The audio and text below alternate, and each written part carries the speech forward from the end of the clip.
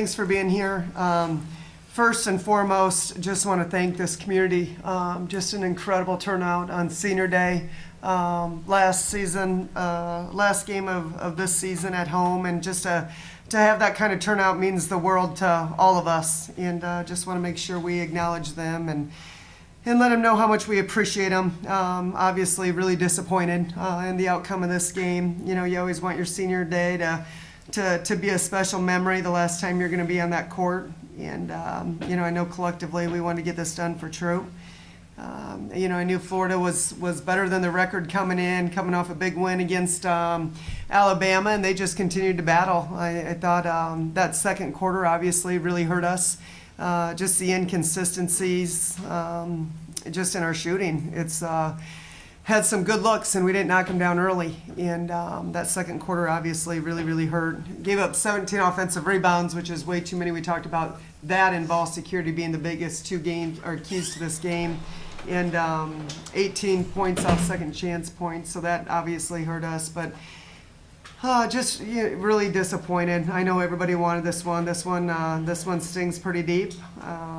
But you know, we've got to be able to close the book on this season and open it up for postseason and get ready for an SEC tournament. And I think we all know March is a special month, and man, you got to find magic in a bottle, and it's got to happen quickly. But that's the special thing about March. So we're going to have to move on pretty quickly. I can see the emotion on your face. I was just kind of wondering, can you walk me through some of the things you're feeling right now? Yeah, you know, this is such a special community and a special team and program, and I'm just so thankful to have the opportunity to represent this university for the past 6 years. And yeah, it's just if I say too much, I might. But I'm just really thankful for everything. Robin, going off of that, just what has Kelly done for this program? Yeah, you know, in this day and age, that kind of loyalty is so hard to come by.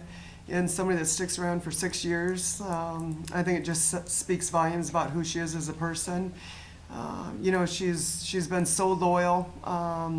She's always been about the front of the jersey. It's never been about her stats or her scoring or anything.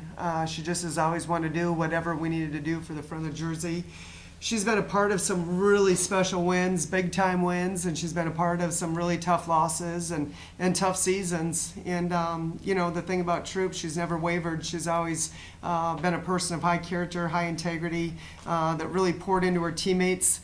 You know, more than she realizes, that locker room has so much respect and admiration for her. And, you know, I keep trying to tell her, and I'll keep doing it until she graduates, but you know, just the importance of her voice, and when she speaks, people listen. And she's got a really high basketball IQ, and she's got a really good feel, you know, being a little bit older, of what it needs to look like on a day-to-day basis. And it's just been really cool to see her grow as a person and as a basketball player. I mean, in that same vein, I mean, you mentioned the loyalty in college athletics, which is not really a common theme that we see nowadays. I mean, to get 144, 145 games in a career, how impressive is that, especially in this day and age? So incredibly impressive. I mean, she just, you know, and she's a long way from home. Her family is by far the most important thing to her.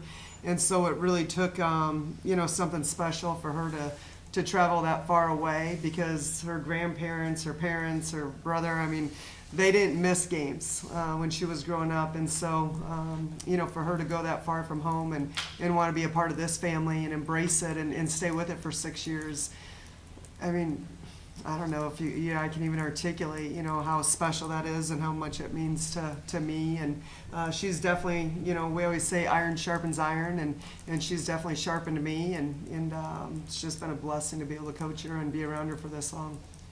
Haley, it looked like after the game, it looked like you might have had a bit of a moment with your dad there on the side of the court. Yeah. What did it mean to have your family here today and see your last game here at Missouri now? Oh, it was so special. You know, my dad coached me growing up and was always the one in the gym with me, so just to have him have that moment with me was really special. Frankie, I was wondering if you could articulate what it means to have Haley Troop as a teammate, not just as a locker room presence, but as a teammate on and off the court. I mean, that's my best friend right there. Through my 4 years here, Just always been someone I can count on, lean on. Just know she's gonna give everything she has every day, and she's definitely just a special one that I've been truly blessed to play with, and I'm excited for March, and we're gonna try and get something done for her. Robin, you mentioned the rebounding. Just do we have a timeline for Jayla? Do you think she's going to be back for the postseason? I think we're getting closer. She's been doing some individual workouts last couple days and seems to be getting closer. So hopefully sooner than later. How important do you think having her back is just going to help with these rebounding issues? Yeah, I just, she's so strong and so explosive.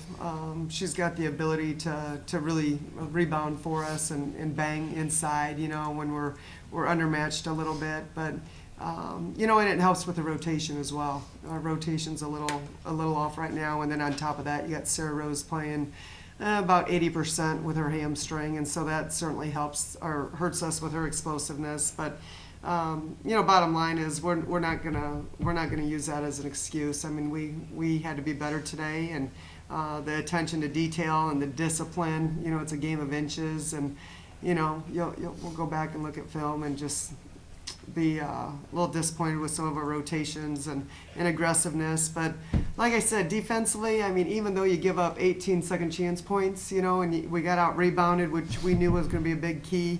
There was plenty of opportunities.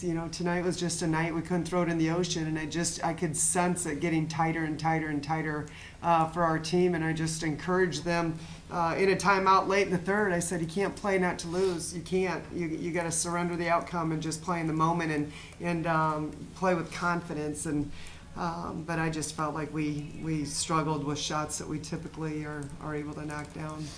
Robin, with where you are today, do you think the team's ready to tackle the postseason, ready to head into the postseason at this moment? At this moment, no. I think there's a lot of emotions going on in that locker room. They love this kid, and everybody wanted to get this one for sure for her, for our season, for, getting 7 SEC wins was huge. It might have just still kept us maybe, like on the bubble.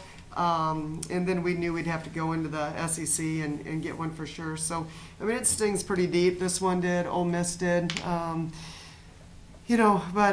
the bottom line is it is what it is, and it's over, and we're going to have to, in a very short time, turn around, and we'll get an Arkansas team that we've struggled with over the last couple times. They've had our numbers, and if we don't want that feeling, we're going to have to get our minds right and figure out how to go attack it. Does it help to have a team that you've played twice, more or less what they're good at and what they've done against you? Does it help to have that as in your first game in the postseason? Yeah, I think Arkansas, obviously, every year you play them twice, so, I think there's great familiarity there. I think, it's definitely helps with a quick turnaround in regards to prep, for sure. But I told this group in the locker room, I said, their value comes from who they are, not what they do, and it's a special group. I'm proud of them.